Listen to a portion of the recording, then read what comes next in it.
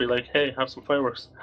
If you want So to go pretty. ahead and orbit Turret Dominion at, I don't know, 1,000 or 2,000, just so that you're still close to myself in case war targets come along, because, you know, just in case.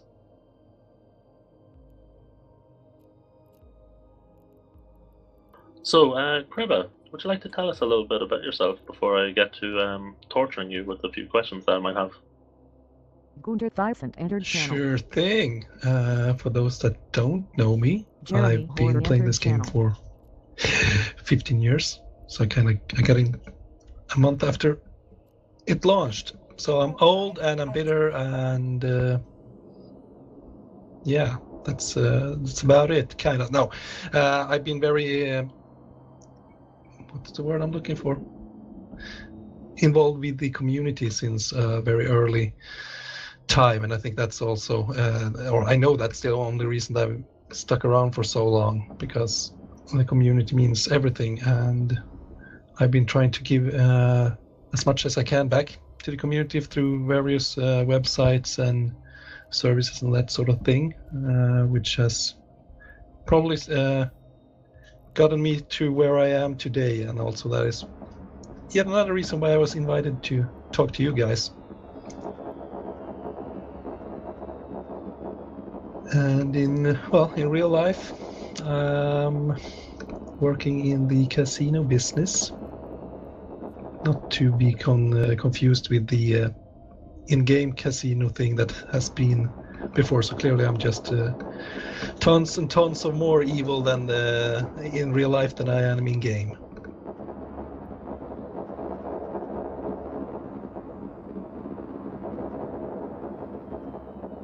And I play solo because that's how I like it, and I've been playing solo for 14 years, although I never really felt alone, since I have all you guys and all the other people in Eve surrounding me.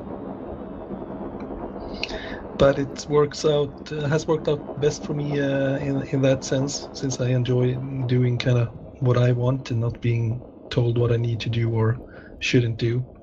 Being solo, that works out well for me then.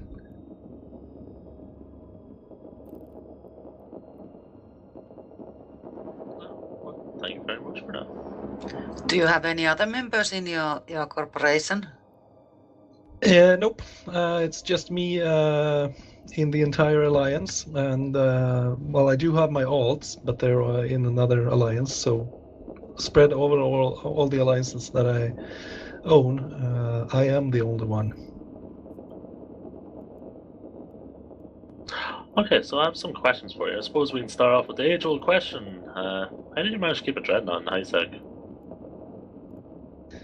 This ship was actually built here back in 2005, just after CCP introduced dreadnoughts. I decided that having a dreadnought was one of my goals. So I started out to produce the material and get it done, and I had it built in this system because at that time you could use any station that had an industry slot. So in a way it was kind of like an accident, but I also was using Amar as my headquarters for everything. So that's the reason I built there, and kind of days after it was completed, CCP actually changed, or they released the winter patch at the time, which removed the ability to use high-sec stations for building capital ships. And then I just never jumped out. Everyone else that I knew of at the time, they kind of took their ships to low-sec, because obviously having a dreadnought in high-sec is kind of stupid, right? Unless you want to mind what it is, I suppose. Yeah. So you cannot jump out anymore? Or can you move your ship out of here anymore? Oh, yeah, I can jump to low-sec. Obviously, if I do, I could never return. So that's the reason I've been keeping it here, because it kind of became the only one, or among the handful of capitals that were still in high-sec. So I kept it around. And also because at the time, I never really liked low-sec or null-sec, because it scares the living crap out of me. So that was another reason to just stay in high sec with it. I'm curious. Do you play any other games outside of EVE Online? Not that much. I do play some Overwatch when I just need some mindless shooting. But beyond that, nothing really. I try some stuff on Steam every now and then when there's something new released that is on sale or something like that. But there's never really been anything else that has caught my attention or interest in that sense. And also nowadays, or in the past couple of years, I have had much less time to actually play games, which makes it even less for me to put time and effort into something new. Yeah, I've played some Overwatch. It's not too bad for, like you said, mindless shooting. Alright, so this is more of a curiosity kind of question. So, rumor has it, right, you have a lovely Feldspar tattoo or something on your arm, I think it is. Have you got any other game-related tats? Or, if you don't, what possessed you to get a tattoo from EVE Online? I do not have anything else that's game-related, and I think when I got the tattoo in the first place, I wanted to like keep a memory of EVE and what I loved about it at that specific time, because it had given me so much and I was so fond of it. And I was like, yeah, putting Veldspar, since that is my kind of thing, putting that on my arm was a good idea, and still no regrets, even though it's way later. Still doesn't really make as much sense now maybe that it did before, especially since the target lock that I have on my arm together with the text Veldspar is a square, and obviously they changed that to a circle now, so that's kind of adds a little bit more to it in the sense of being nostalgic about it.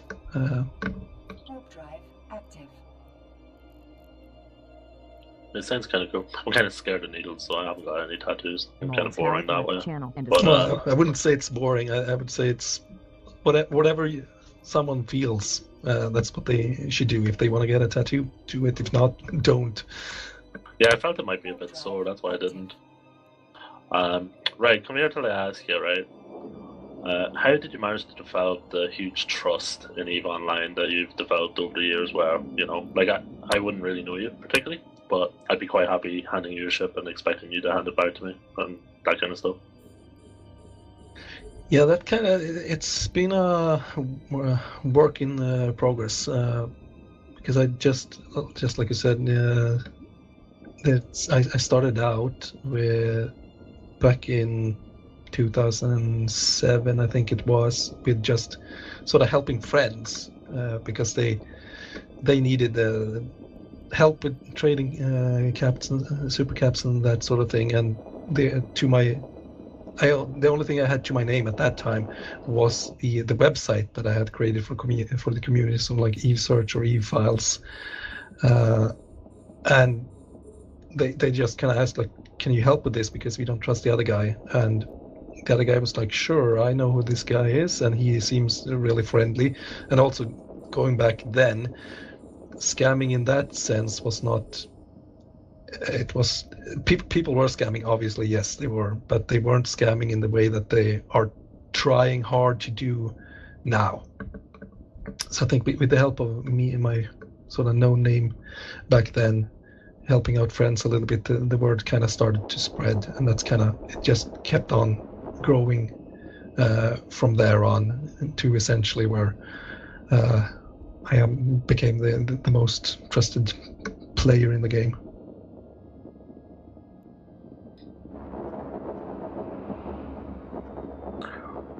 See, with those kind of trades and stuff, you know, doing the in between like two people or whatever, did they used to tip you for it? Moved in from University Public by the server. I don't. It probably started out like tipping me a little bit in the beginning, because as I remember from the first one, it was just more between friends kind of thing, where they would just, oh, that's cool, thanks for the help, and then someone would send something small as just a token of appreciation. And it wasn't really until I decided to actually try to launch this, or launch Trust as a service, that I started to put up like a price tag on it. So then it was more just selling the service. Before then it was, you could call it a tip, but it was more just like a small gratitude. I didn't get very far on the money that I got then, but it really took off when people started to actually pay for it, kind of thing. Oh, that's kind of cool. Yeah, I was just being nosy more than anything. Anyway, more of my nosiness, so obviously digging up a wee bit about you. So, I found you mentioned like back in 2014 that you might have something like 30 accounts. So now that about 4 years have passed, have you made many more since then? Thankfully not. I have a couple of more, but I would say it's probably around 35 now. Because, well, obviously now it's even easier to make new accounts, but it is still around 35, and I don't see any reason to make more now, because I'm actually trying to make less of them, because it's the upkeep of even having 3 accounts is quite huge, and even more so when it comes to having 30. So it's really not that fun. It becomes more of a chore to do things. So right now on most of the accounts, it's actually just putting in as long skill queue as I can, and then kind of ignoring them unless I need to do something with the characters that are on them. But since I kind of stopped doing a lot of things, I don't really need all my industry alts and that sort of thing. So there, while I have many accounts, I don't really use more than a couple of them. That's kind of okay. So I suppose the next question I want to ask you is, right, so we can see your awesome revelation here, right? So all of us that have shown up know about that now for definite. What's the Feld fleet? That was well, just something that I decided to call my entire fleet of super caps and caps, because I've always been interested in collecting ships, and to add to that, doing things in game that was not meant for like a single player. And that kind of, if we're going back, that kind of started with creating my alliance, because back then they were saying like, oh, alliances, that's just for the biggest groups of people. And I thought to myself, like, I enjoy this too, and I enjoy this game. I want to play it my way. I want to make an alliance. So that's kind of, I started. I saved money and I made my own alliance of the one person that I still am.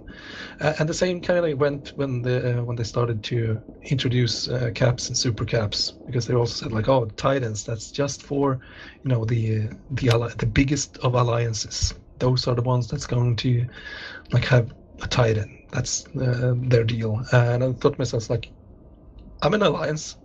I can have a Titan as well.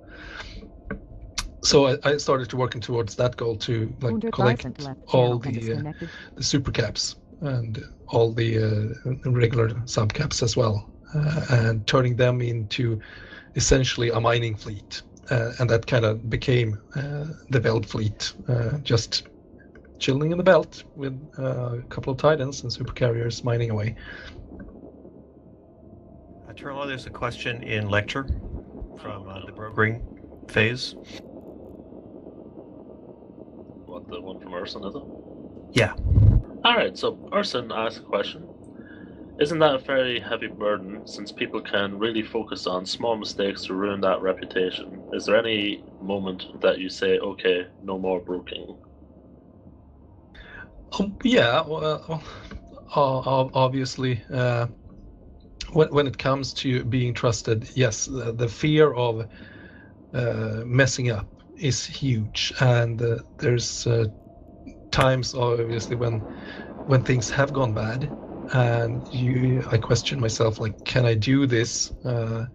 Is this something that I want to do with the risk of ruining my reputation?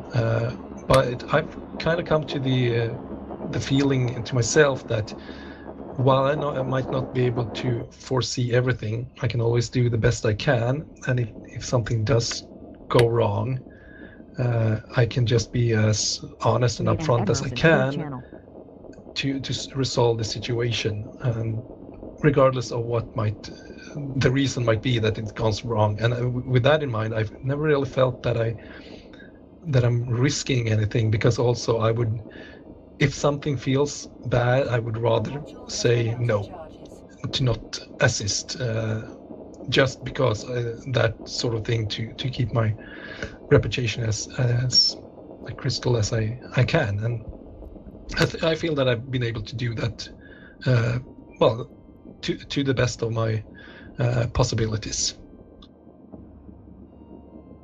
All right, we have some more questions coming in now, actually. Do you keep your capital fleet in NPC null, or how do you keep it safe? From Cade Dridden. Well, right now, the whole capital fleet is kind of small, since I only have a Revenant left. I did sell my Titans and my super carriers, because it's to me it was the kind of thing to have and collect, and to have reached a goal, not necessarily having to keep it for all the time. But when I did have all of them, I kept them in low sec, and back then we had pauses, so they would always go to a pause and logging off from there. And that's kind of how I kept it safe.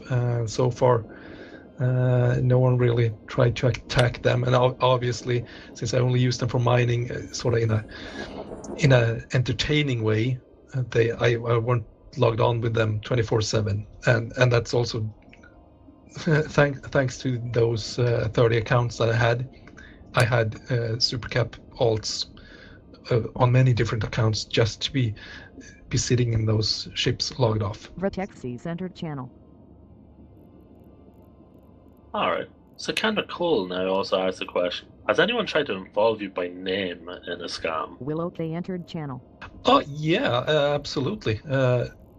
Not recently though, but yes, people definitely tried to use my name before, even as well,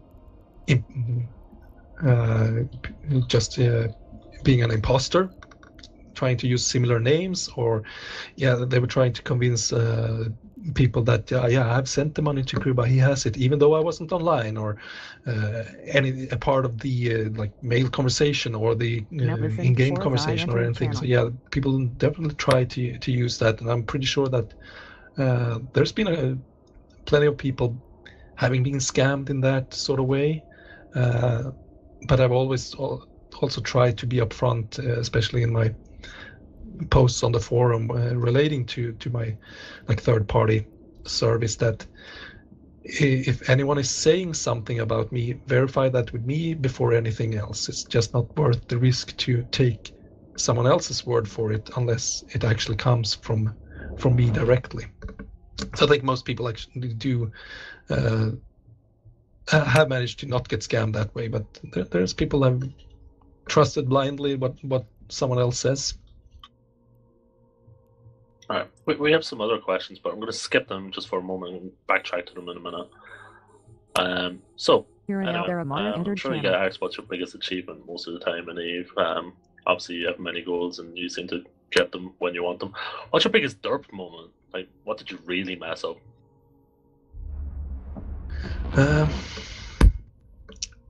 I would say one of them was being scammed myself twice by the same guy in the same day.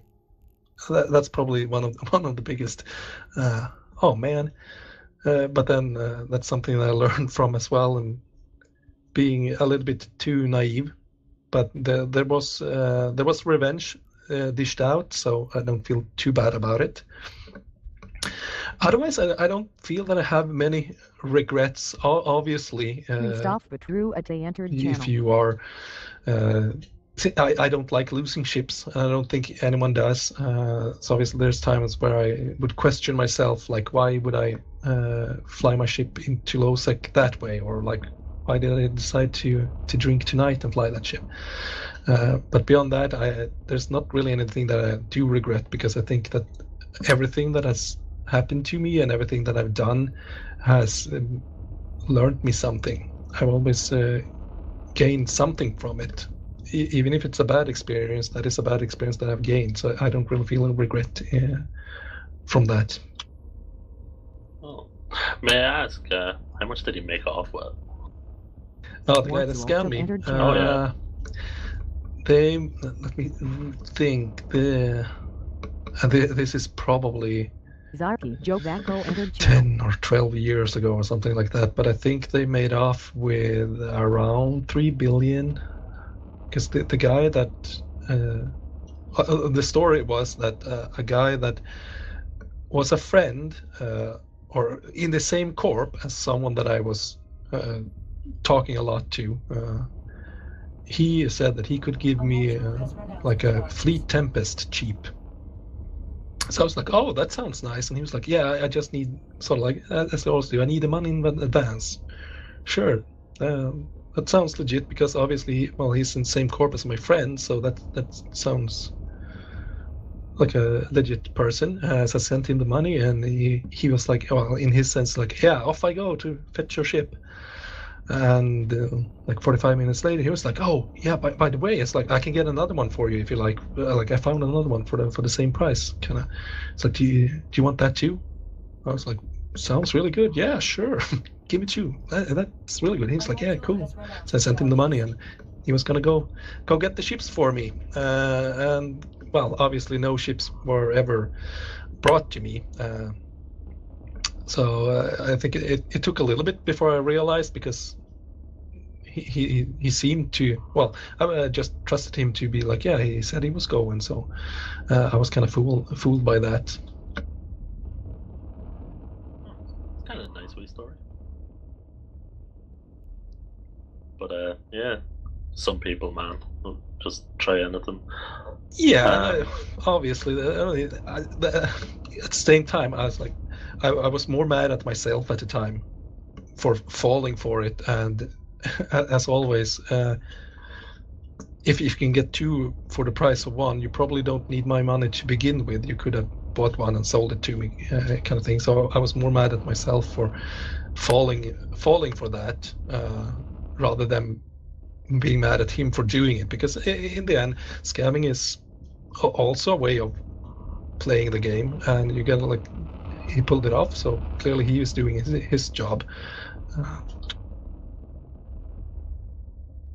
have another question from Captain Steele this time.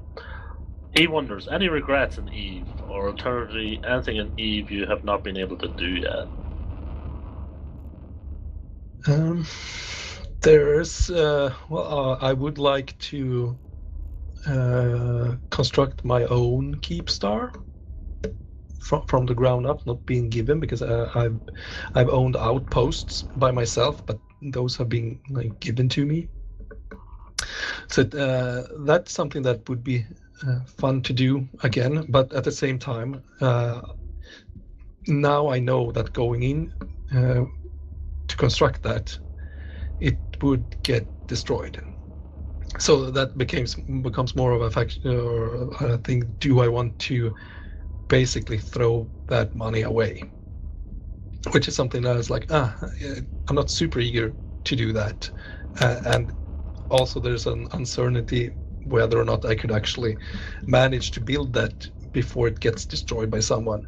Because I've always been playing by the with the feeling of I don't enjoy shooting at people. I don't enjoy killing people, and I'm in a way very proud of my kill list, or well, all the kill mails in my bio, because I have no kills.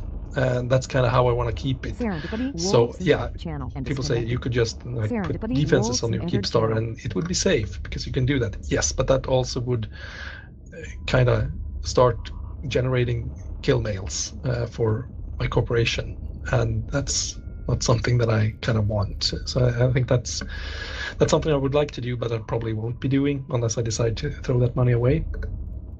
Beyond that, right now there's not any particular goal that I'm aiming for. So there's that, but no regrets in things that I wanted to do but haven't been able to do, because I feel that I've been able to do most of the things that I would want to do. All right. Seer Solaris asks, joined late, so this might have been asked already, but what's your favorite deal to handle? Or what was your favorite deal, sorry? Favorite deals. Peter Handaloons left channel. There's been, well, I've done so many trades that it's hard to keep track of them all, but I think some that stand out to me in general is, or have been, pilots, nervous pilots are always amusing in a way, not in a bad way, because I can see and I know the excitement that like a first time Supercap pilot has. So in that sense, those sort of trades have been very enjoyable for me, because I know the feeling of getting into a Supercap for your first time, and I know the feeling of being nervous about doing something wrong. So when I've been at trades where there's been new pilots and they make small errors, that's been very pleasing and entertaining in a good way. I'm pretty sure that if you ask them, they would not feel the same as I do. But I think in the end they would probably also look back and kind of be amused that they forgot to like train the Titan skill before buying the ship, or accidentally boarding the wrong ship, and that sort of thing. And also there's been times where the buyers might not have always known what they are actually buying, because I've had back in the days people that bought a super carrier and then trying to use stargates to jump or to get out. And for those that were here around that time, well, the time when you couldn't use stargates, that's kind of amusing as well to be like, but clearly some people don't do the research of what they're getting themselves into, and that gets confirmed when they try to use the Stargate and they can't, and then wants to sell the ship back right away because he can't use it.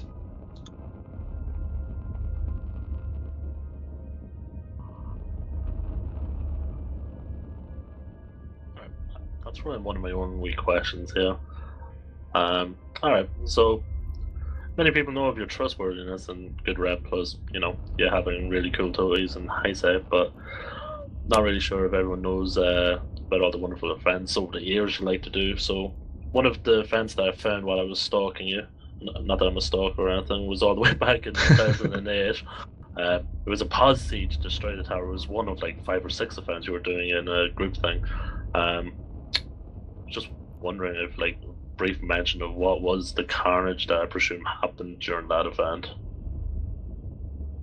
Well, the tower destruction was actually, I think for me it was a real. It was a gift from the community in a sense, because I had lots of POSs that I was doing research on and things like that, and there was I would call them a griefer corporation that obviously found my pause and saw the info, and it's like, oh, this is one little lonely Care Bear. We are going to abuse this. So they declared war on me with the intent of just destroying my POS for fun, because there were these guys, they weren't hanging around in the system that I had my things in, so they weren't after the moon or anything like that. And it's like, this is in high sec, so there's nothing really to be, fighting over. So it was pure grief kind of thing. So when they started, when I realized that this is what they were kind of up to, and what they were going to do, I just sent out sort of like a tweet and that sort of thing, and said like, you guys, since I don't fight people and stuff like that, just come destroy my towers, because it's going to get destroyed anyway, so why not? That in turn changed into sort of like people starting defense fleets instead, and it's like, yeah, we're gonna save your stuff and kill these griefers instead, which was something that I wouldn't have imagined that happening, and to me that was a great gift of the community, like standing up for me, even though I don't ask for it, just to show their appreciation for what I've done and that sort of thing. And it kind of just became a full-blown fight here, because obviously there was people taking the other people's sides as well, and also those that just see, war targets, let's score some kills here. So I think there was a good number of people showing up to save the tower, while I was just kind of sitting back inside the shields doing nothing and just applauding both sides for making a fantastic event. And I think it was very appreciated by lots of people, and I tried to do what I could to give something back, to show my appreciation for what everyone was doing for me. And overall, I do remember that a lot of people later years, kind of when you meet them at FanFest and that sort of thing, they like come up to me and it's like, oh, I remember that time, that was so fun. And that's always, it gives me a really good feeling. Alright, so Draven679 has a question. I recently read that you used to run a series of free ports and that you decided to let go of that project. Would you be able to elaborate on that? Sure. Yeah, the New Eden trading network, or NetC, was an idea by some people to put up like just a network of Keep Stars and 40 Stars market-wise to make a trading network, and it has been running, had been running for over a year, but it kind of never really took off in the sense that everyone had hoped, because obviously everyone was hoping that this would be an ISK print kind of thing. But it never really took off, and the management and the logistics and everyone that was involved, the interest and involvement kind of dropped. So when I was talking to everyone, it was kind of decided that it's not really going anywhere, and with the changes to Citadel's, low power mode and all that kind of stuff, it never really became feasible to defend it in the way that was intended, because the defense and fuel and everything was costing way more than it was actually made from it.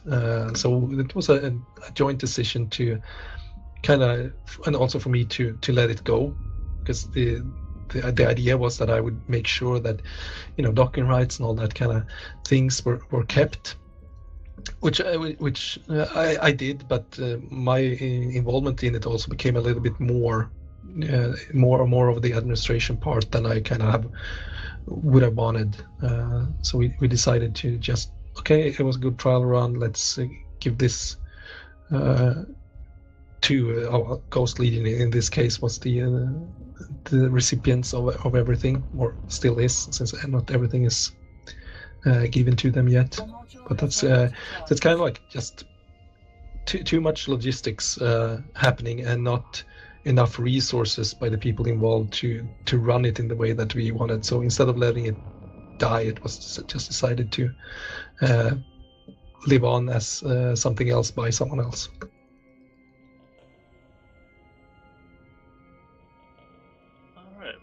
I have a question from Gigabyte Gagan. Chribba, can I get your seal of approval on my escafing service? Does the other half come to me? Then yeah, maybe. And then Aria Thalrar, I think I'm pronouncing it right. Question: what was the revenge that was taken? So I suppose we're backtracking a wee bit to the scam thing. So. Oh yeah. So after I did realize that this was probably not the best thing to do, to send all the money to this guy, I spoke to the friend that was in the corporation. I just mentioned kind of what had happened. So they actually turned up AWOXing him and also getting my money back, because they was like, oh, this is. We won't tolerate this. So like, if you want to stay in the corp, you gotta like send the money back. And he was like, oh yeah, he wanted to stay in the corp, so he did return the money. And then they ended up killing him and kicking him from the corp. So he blew everything, and that was kind of like, yeah, a revenge on their part, I think again as a in a way thanks to me for the things that I was doing, and also a statement from them that they won't tolerate that sort of thing, and especially not against people like me. So I have one of my own wee questions again now. What's your EVE Online playtime like these days? Are you still playing for 23 hours a day, or taking a more relaxed approach? For me, it's a much more relaxed approach. I definitely do not spend that much time. Really, in the past 2 years, the actual playtime has been very small, mostly due to real life taking over. So I would say, like, the time I'm online now with you guys shooting fireworks at me, that's among the longer periods that I've been on in months, actually. So it has been declining a lot, and I also think that for me that comes with a lot of it comes with changes that have happened that have made more my sort of play style in terms of being a third party.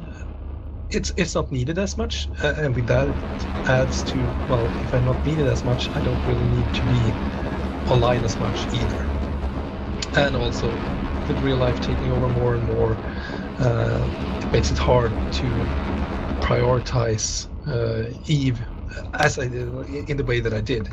Although I did look up my total online time a while back, and I'm still like averaging around an hour, which just shows how much I actually did spend online during like the peak days of my career, if I still 15 years later have an average on an hour a day online. Tal Trassen has a question. Have you ever run for CSM? And are you happy with the game's direction over the past 15 years? I've never run for CSM. There was a time when I wanted to, but I wasn't allowed to do so. And later, when I was able to run, I felt that I didn't have the time to do the good job, because I wanted to be a part of CSM, and I think that I would have been a good candidate, but I always felt that if I were to do it, I want to be able to make sure that I can give CSM 100% of the time that it needs, and I never really felt that I had the ability to do that, and I didn't want to like do a half-assed job. So that's primarily why I haven't been running, just because I don't feel that you would get, or the community would get what it deserves if I did run. And what was the other part of the question? Are you happy with the game's direction over the past 15 years? Yeah, absolutely. Obviously, I would feel that the direction the game is going now I'm not happy for maybe happy with it for my own sake, because it doesn't fit my play style as much as it fits others. But overall, yes, I'm definitely happy with where it has gone, and I don't think that we would be where we are today if it hadn't been like good choices, overall good choices. Obviously, there's always choices that are lesser, but yeah, I would say overall, yeah, I'm quite happy where it's been taken, and I'm still I enjoy it very much to see that 15 years later, this is still a game, and it's still a game that many people have close at heart and feel very passionate about. And it's not the kind of game where you just try it for 5 minutes and throw it away, and because there's still a big core community around it. So I think it's definitely been going in a really good direction up until now. Serendipity Lord and Bartok disconnected. has a question. What would you like to see added to or changed in the game? I think since the very first CSM, I jokingly told myself that if there's one thing that I'm going to push hard for if I do run for CSM, it would be capital mining lasers. But that's just to fit them to the belt knot here. So yes, I would still love to see that. But that also is just purely for my own bias and my own selfish needs rather than anything else. As far as changes goes, or other new additions adding, it's like I love mining, so I would totally love to see more mining related things. I know that there's been plenty of talks for system-wide asteroid belts and that sort of thing.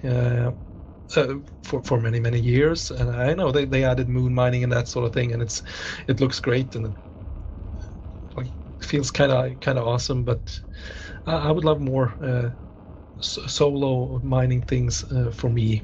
But also in general, I think more a little bit more focus on the small groups and the solo players. I know we're not many, and I know it's in the title here that we are multiplayer kind of thing. But I think for me it would add a bunch of more things to be able to do things solo and as a single player kind of.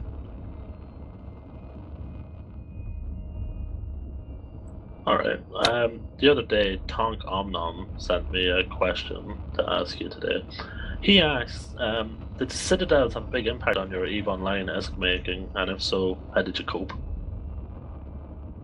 Oh yes, absolutely. I would say Citadels actually kind of killed my third-party business overnight. So yes, it definitely had a big impact on me making money, because Supercap trades, it kind of went from 100 to 0 overnight. As far as coping with it, that's not really a problem, and since I've been making pretty good money up until that point, so I have more risk than I need and will probably need. So that's my way of coping with it, and I think just the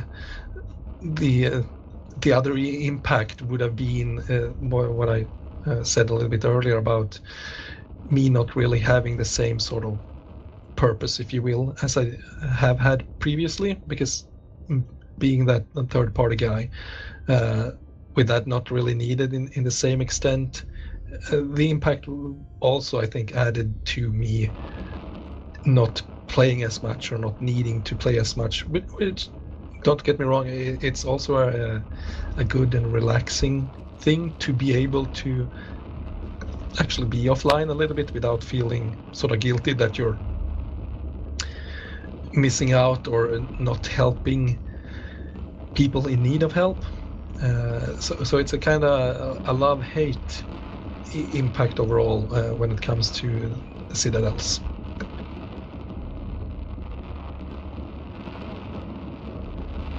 So Cantor Cole has a random question. How do you avoid being war decked? I don't. Well, anyone can war deck me, and people do from time to time. I would think, or I feel a little bit that the way that I avoid it is more that I'm not a fun player to war deck, because I'm a single person and there's like no assets in space. So essentially, you're war decking someone that's gonna be docked, and that is docked most of the time anyway. If I go back to like my third-party things, I would say most of the time, 9 out of 10 times, I would use an alt to go to the system where the trade was.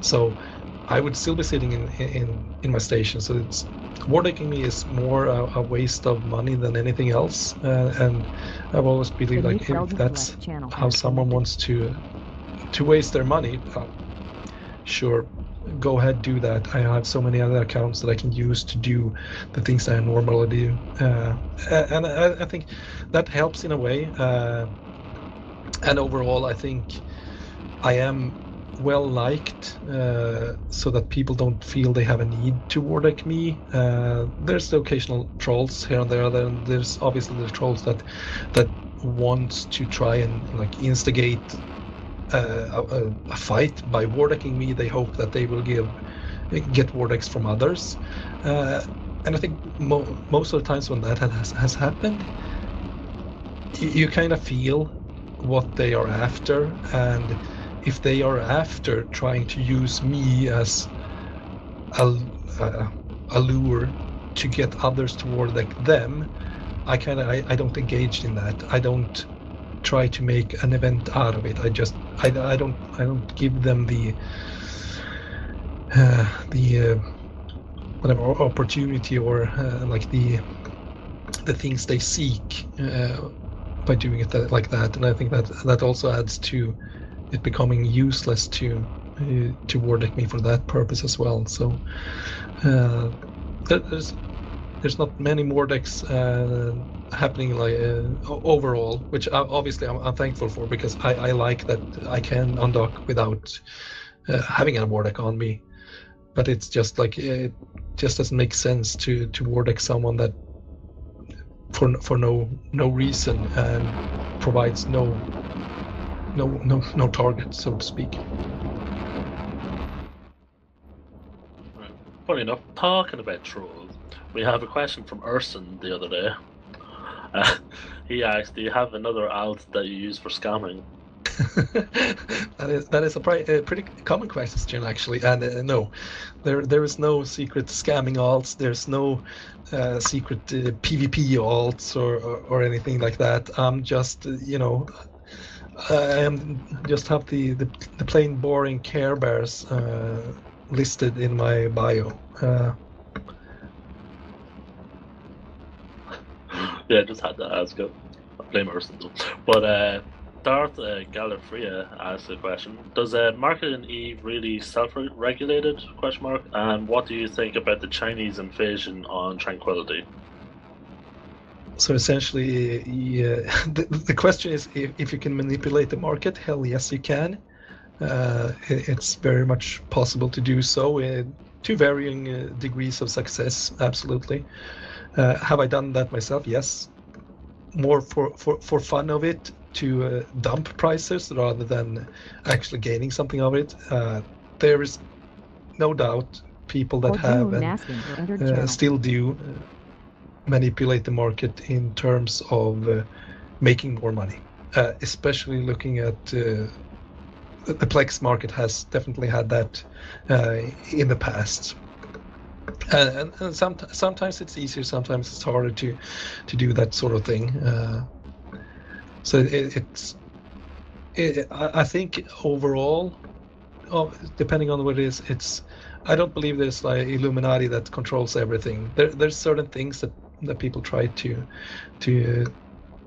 manipulate. But many times market does regulate itself, or at least over time.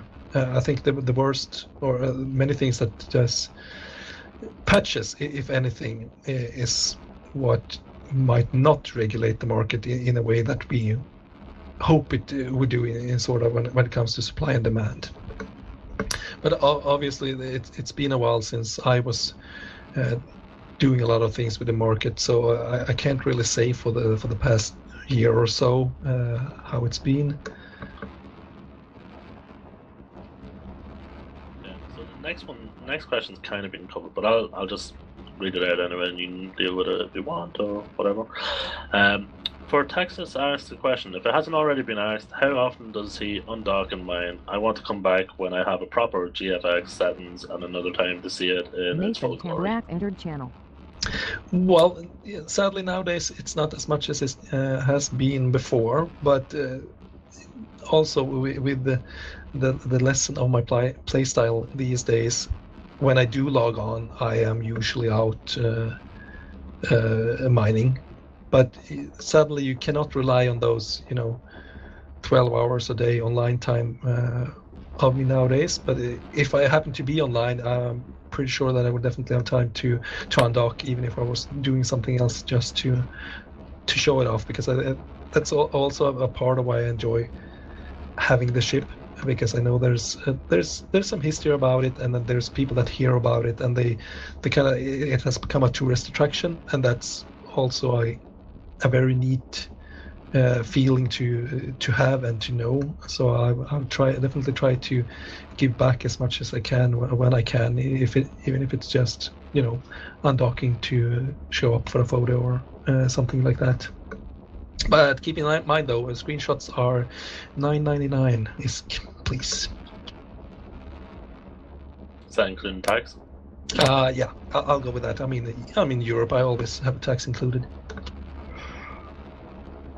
Aria Thalar asks, question, why were you not allowed to run for CSM? I thought every player can run for it? Nowadays they can. Back in the days when I wanted to run but weren't allowed, that was actually due to I had something that at the time was called a media account, which is basically was basically a free account from CCP, and at that time those kind of accounts were flagged for certain things, and not being applied to CSM was one of those things. So if I had wanted to apply for CSM at that time, I would actually had to apply through another account, so like an alt kind of thing, and that it just doesn't make sense to run for CSM if it's something else than Chribba. Alright, Seth Gates has a question. Question for Chribba. Do you remember all your alts names? No, that's why I have them in my bio, so I do remember them, and also in Notepad and stuff. But no, there are way too many for me to remember. And Draven679 has another question for you. Question, from your profile description, you had a couple of Dust characters. How involved were you in Dust? Oh, I played it a lot. So if we're going back to one of the first questions, like, do you play something else? No, not nowadays. I did play Dust a lot, and I enjoyed it immensely. And I think that's probably also why I play a little bit Overwatch now, because up until that time, when Dust was released, I would say I played EVE exclusively. I didn't play anything else beyond. Oh, maybe I had a short trial run with like World of Warcraft, but beyond that it was nothing. It was EVE or nothing, pretty much, until Dust. So I feel I was quite involved in the Dust side of things, but never from the EVE side with the Link. Alright, Gigabyte Gekken has a question. Question, what is your favorite NPC empire? Oh, I think I would go with Sancho. Probably just because I was I was spending a lot of time down in KBP nullsec, or the system KBP-7, I think it was, around those parts in the very early stages of EVE.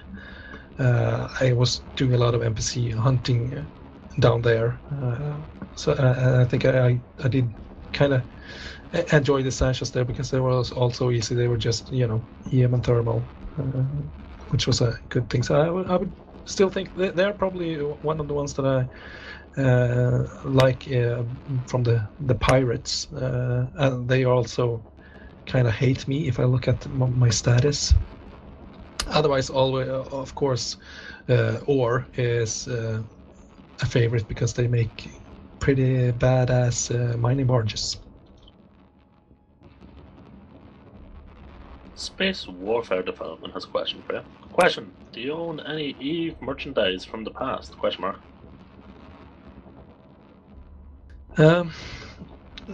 Depends on what kind of merchandise you think of. Unfortunately, I do not own sort of like any parts of like the Tranquility cluster or something like that because I kind of sadly lost out on those bidding wars. I do have other type of merchandise like the E-UNI magazines. I have all of those, and I have some of the early E-UNI awards that were given out. CCG game I do have. There's some stuff, but not a whole lot of them. Definitely not close to some of the people that really do collect all of it.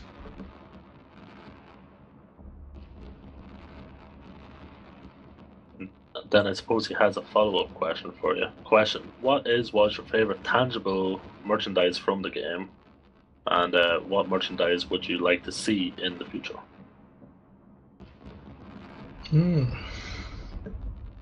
I don't know. I kind of each and everything that I have has a certain memory attached to it.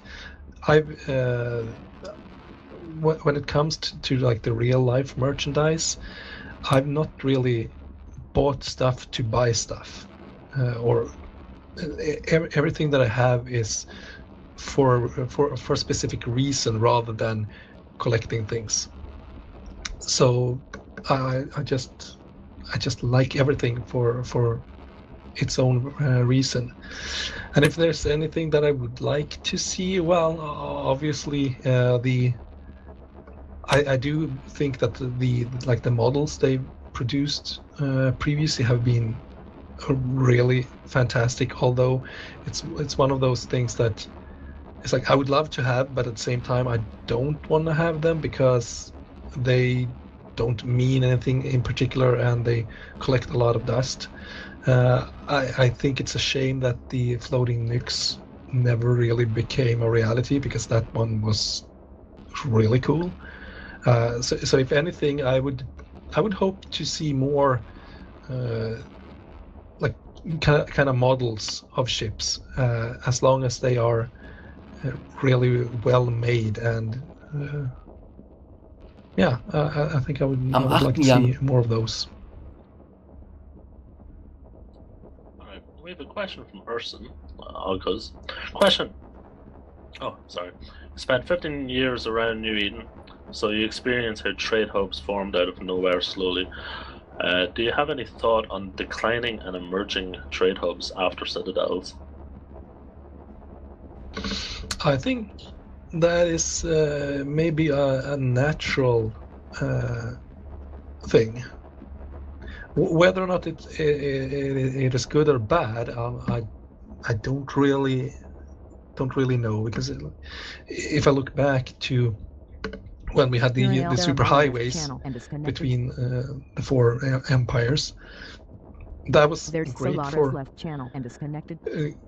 getting cheap stuff quickly.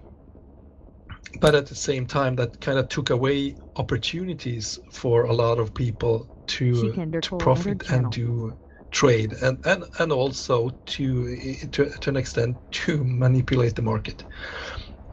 So with Citadels and with that moving out a little bit more, I think it could become it creates great opportunities for a lot of people, but also with a certain risk then. And also, I'm as much as I like trade hubs because it's easy and you can get everything. It is also quite annoying in terms of if you actually do want to sell something. Well, you have the undercutters, or well, you don't have one. You have 1,000 of them there, and to me that's annoying as a seller, and that's bad for trade hubs. So with that, markets being a little bit more spread out gives more opportunities for people to, sell their things without possibly too more competition. So I like it overall, and I would keep it like that. But I am fond of the sort of core trade hubs as well. But it's always it is also nice to see, since we are doing this, and that's also something that I really enjoy being able to witness and kind of be a part of. It's no one said that Jita was going to be the trade hub. It became that because that's where people went rather than being told where to go. So with that, if someone does, for example, make a really nice trading network like we attempted, and that becomes big, that's a huge accomplishment for them, and that is so nice to see that the players made this. This wasn't something that CCP said or adjusted. It was like it's just us making that happen, and the history that we make is, I think, what makes everything so important in EVE and sets it apart so much from other games and other communities. Alright, now in with a question from Deverus Findiver.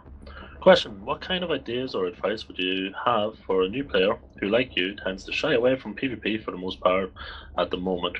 I just started playing at the end of December.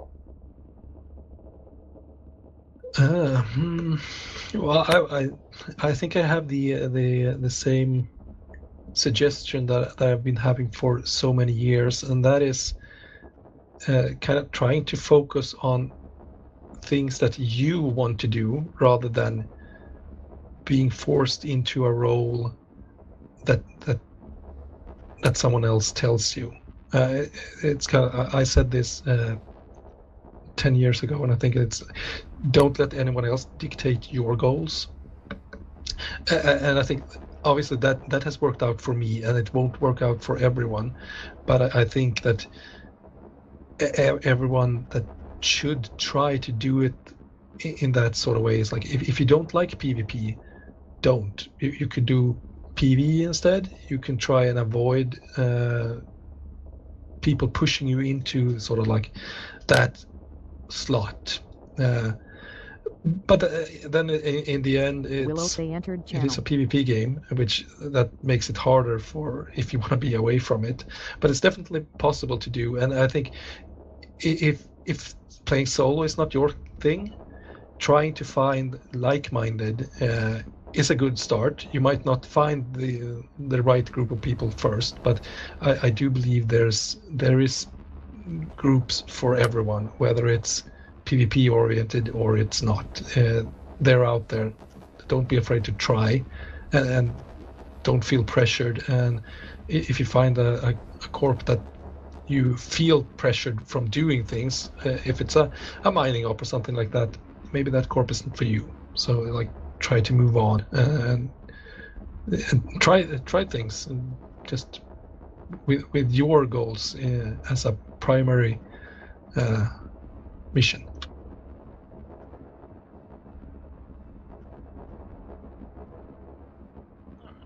Thank you very much for that. Okay, so the questions seem to have slowed down or died now. Has anyone got any more questions? Yeah, freedom. You can talk on Mumble either if you want to chat or ask questions, it's alright. Well, I'm also quite a new player in this game, just like 1 year old. I was wondering about this ship of yours. how long and what would be needed to take it down? Without a She war can deck, you would record probably channel need disconnected. 500 or more ships. Just guessing, and a really good suicide attempt. Otherwise, honestly, I have no idea. If there's one thing in this game that I'm really terrible at, it is PvP and PvP theory and shooting things, unless it's involving mining lasers, obviously. So I really have no idea how long it would take. Obviously, if I knew that an attack was coming, I would probably switch up my fit a little bit to give them sort of a little bit more, give me a little bit more time before I go down. But I think a PvP class in EU would probably get you a better answer than I can give in terms of my longevity here. Okay, thanks.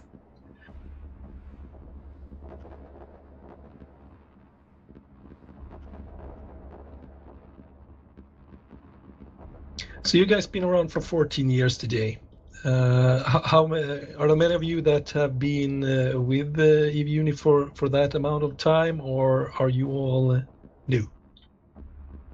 Myself, I've been on and off since 2011. E-UNI's the only player-owned corp though that I've played with. Still enjoying it? Oh yeah, if I wasn't enjoying it and helping the, players and all that stuff, I'd be gone, be out doing other things that might interest me.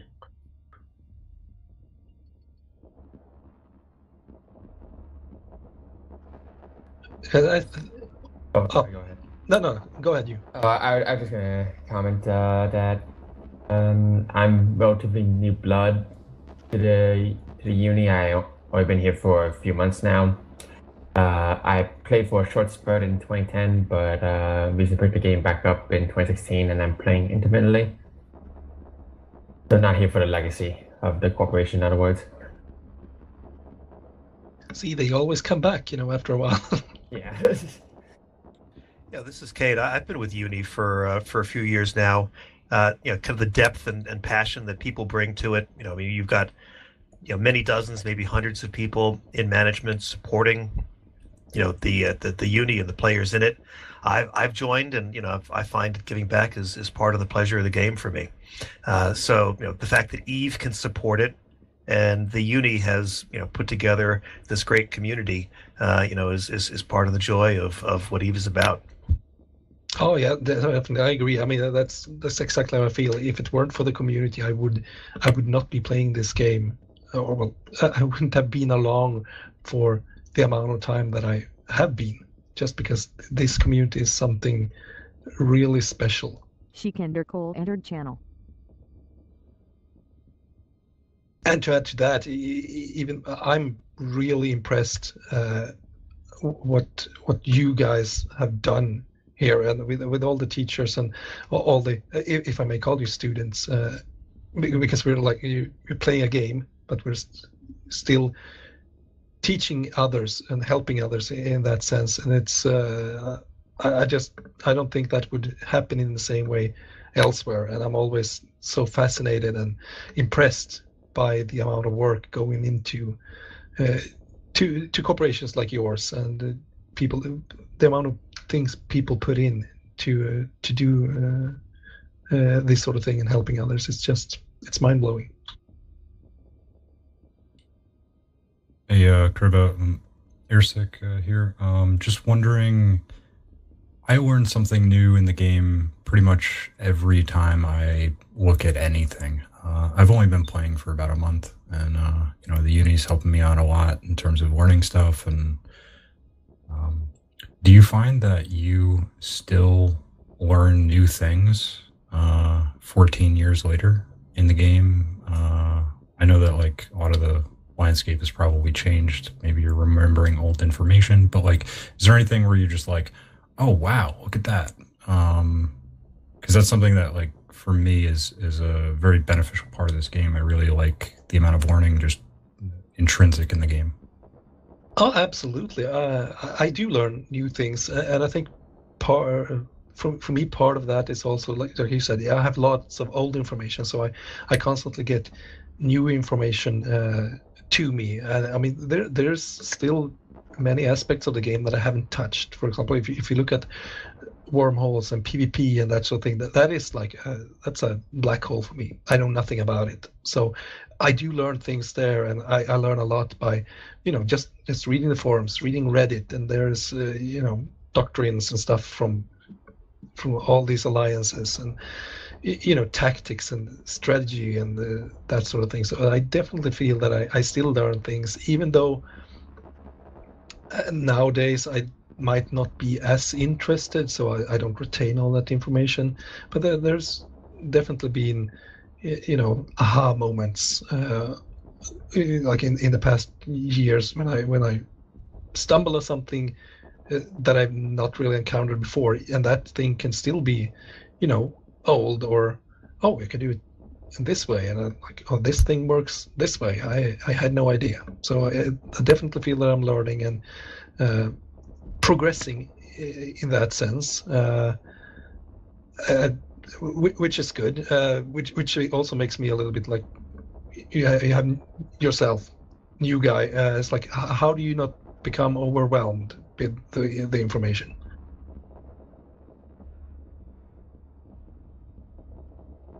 Assuming you do, that is. Yeah, I mean, I do get overwhelmed every once in a while.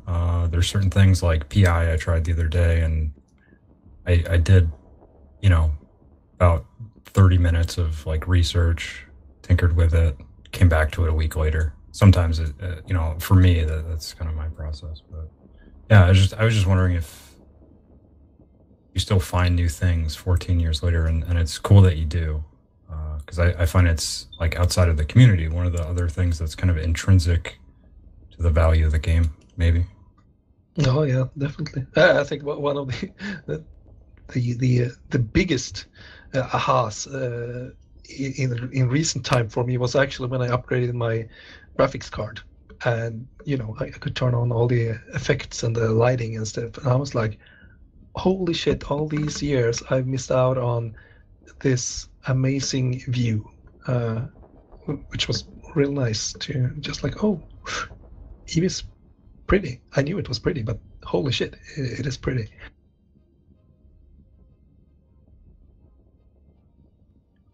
Okay. Hopefully I haven't missed anyone question-wise, but yeah, Nathan Emerson seems to have a question here. What were the biggest trade he has handled and trades that went wrong? The biggest trade, if we're talking about total amount of ISK, that was around 2 trillion, and that involved a bunch of Titans being sold. Not at one go though, but kind of like a down payment with delivery over time. And trades that have gone wrong. Back in the very early days of my trading career was actually my second or my third trade. An old corporation. Some might remember or feel the name is familiar. It's Guiding Hand Social Club. They actually did put up a scam trap with a buyer and seller, or they were the sellers, but they kind of put a trap for the buyer and managed to ransom the guy for another 4 billion after he had purchased the ship, which was also kind of a bad moment for me, especially that early in my sort of professional service. But I learned from it, and I'm like, they made me learn ways how to avoid that from ever happening again. And there's been another instance where a guy used a cloaked alt outside of the POS, and when the seller, or the scammer in this case was the seller, when he got out of the ship and before the buyer managed to board, he warped his alt in and jumped into the ship and took off. And at that time, you didn't really know who was scamming who. So I actually, in that case, I ended up reimbursing both parties, or essentially being out 20 billion from my own pocket just to sort of to remain or to keep my reputation, since I did as much as I could, but I couldn't really prove who did what. And then one of in the recent years, not really a trade gone bad, but a trap was set up for me actually.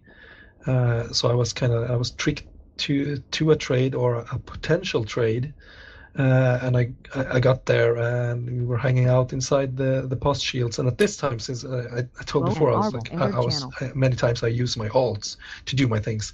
In this particular case, I wasn't using my alt. I actually took myself, which was yet again something that I learned from.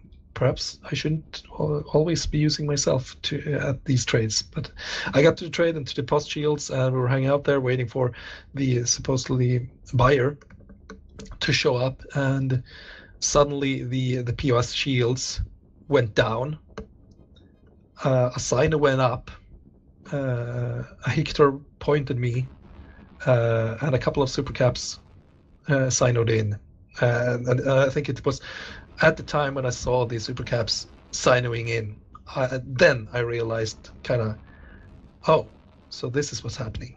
So I obviously I tried to get out of there, and I couldn't. So they took me down instead, and it turns out that these guys were doing it kind of for fun. It was a bright idea by the fleet commander in this instance. They were recording it, and they were going wild on their TeamSpeak, because they posted the recordings and everything afterwards, and it's.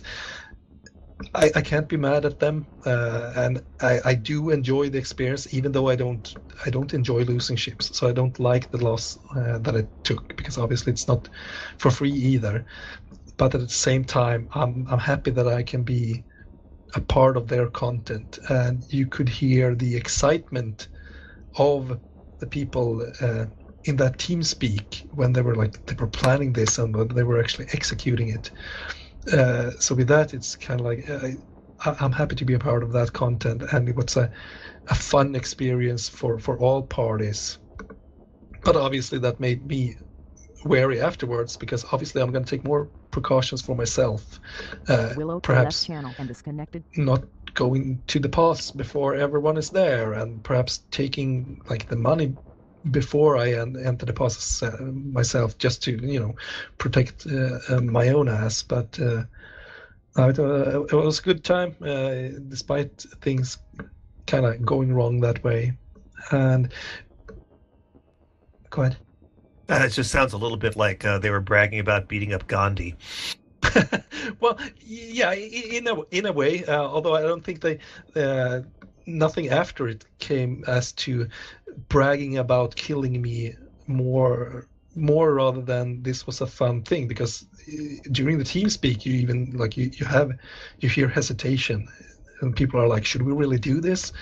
And so it's kind of you hear the mixed feelings of people, which makes it fun. And they were good about it. They weren't throwing just dragging me through the dirt, saying what a loser I am. Everyone was really happy and kind of thanking me for being a part of this sort of thing. But then at the same time, it's not that many have kill mails on me, so obviously that is something that people want to, and it's sort of like a bragging thing in a way. But and I'm happy with that, as long as people are not douchebags about it. If it's actually if they make it into a fun thing, I'm all game. Definitely, it kind of comes back to the, sort of those people that board deck me to grief me. That's just douchey. There's no fun in that. But if they do it for a purpose, for a story, and actually they make something out of it, and hell yes, that's fun. That's fun for everyone, even for me. Pause. Q. How many Chribba corpses exist, and what do they go for these days? Space Colon Warfare D. Development has a question for you. What was your happiest moment? My happiest moment. Oh, I don't know. I do remember getting the Veldnot those back in 2005. That was maybe not a happy moment in that sense, but it was definitely a proud moment for me. But I think, yeah, I don't know if I've had any. I don't know if I feel any like happy moments in that sense. It's more pride and general. This feels good because obviously that's how I have felt about all my goals. If my goal is to create an alliance, even if it's just me, I feel proud. Obviously, I do feel happy, but it's not the giggly kind asking your left channel and of way. disconnected. Hope that answers it. Yeah, for myself, I think it does. Seth Gates asks a question. Have you ever lost the Feldnot? Question mark. No, not never lost it like that. There was one instance where CCP moved it to low sec. In a sense, that is losing it, but that kind of ended up as a well. By today's terms, you would call it going viral back then. And people got upset that it had happened and the way CCP had handled it and the reason they did it and stuff like that. So it ended up being reversed. So they moved it back. So I didn't really. I lost it from Amar for a couple of hours, but I haven't lost it in any other way. And I hope I don't. But if I do hope that I lose it to coming back to what I said just now, something special. If someone actually were to gather enough pilots to make a fully fledged suicide attempt and actually end up destroying it, then I'm game. I'm hats off, bowing to them. That is an impressive show of coordination and everything, and I would be happy to lose it that way. I would not enjoy it very much if I lost it in like a lame way of a war deck or something like that, even though I wouldn't be allowed to undock it if I'm at war, but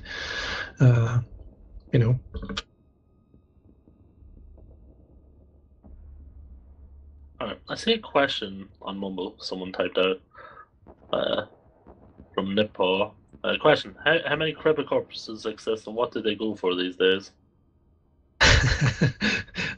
Do I sense a suicide attempt coming in? I think I know of 4 corpses that are mine. So I'm confident that you would probably get at least a couple of billions for it. Obviously, you would probably need me to actually verify that it's real. So. There would be go for a couple of billions plus my fee, obviously. Channel pause. Ha ha ha. I'll contemplate that one day. Might buy one. Draven679 question. Speaking of Reddit, how did you end up becoming head mod of r/Eve ?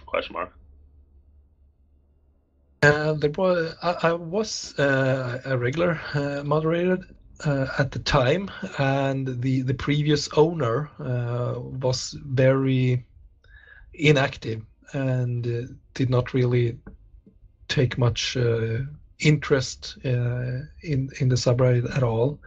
So there was some discussions between the mods about moderating and permissions and that sort of thing. And when the former owner, I'm trying to think if I do recall this right, but I do believe that the former owner did try to step in, but not really with having the knowledge or interest or the best of interest for the subreddit when there was some drama going on. So we all kind of felt that it would be good to hand over the subreddit to someone that all the mods felt they could trust had a good interest in the subreddit overall, and the other mods suggested that I would be the one to do that. So it was a process with the Reddit admins and the former owner to give me the ownership of it, just to make sure that the channel or the subreddit would be kept for Eve, and not suddenly, end up as a private subreddit just because someone was angry or something like that. All right. I have another question here. Ersic Lowlander has a question. Has your brokering experience in game translated to or had any impact on real life interests / career? Also, how many prank phone calls having it public? 0 prank calls. I'll start with that, which is also surprising. But I think that also can show really how, regardless of how immature the community may be at every now and then, there's boundaries when it comes to real life many times. If it has had an impact on real life in terms of career and things like that, I don't think so, in not a direct way. I do believe that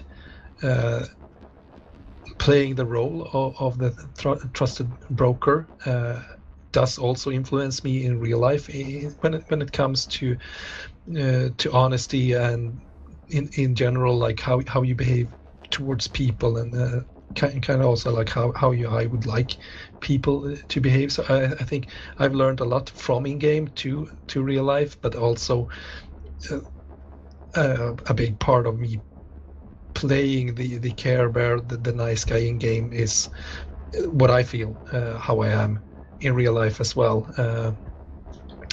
So I don't think I've made any big career moves thanks to it. But one of the things, or some of the things that I feel has impacted real life, is the opportunities that I've gotten by being the persona in games when it comes to real life interviews, and I've written some chapters in books that are Eve related and things like that. And I think that's definitely something that has influenced and sort of impacted real life for me to do those things, because I know for a fact that I would never have done that if it weren't for the game and for the role that I played in game.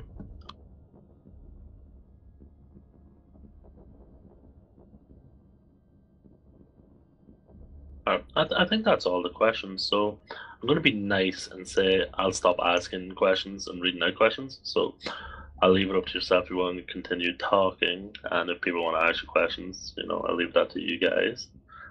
I'll still lurk and hang about, but yeah, man, I just want to thank you again very much for coming out today and taking the time to actually talk with us guys and share your experiences and even all that. So yeah, again, big thank you. Oh, absolutely, thank you guys, and thanks for putting on a pretty fantastic fireworks show for me.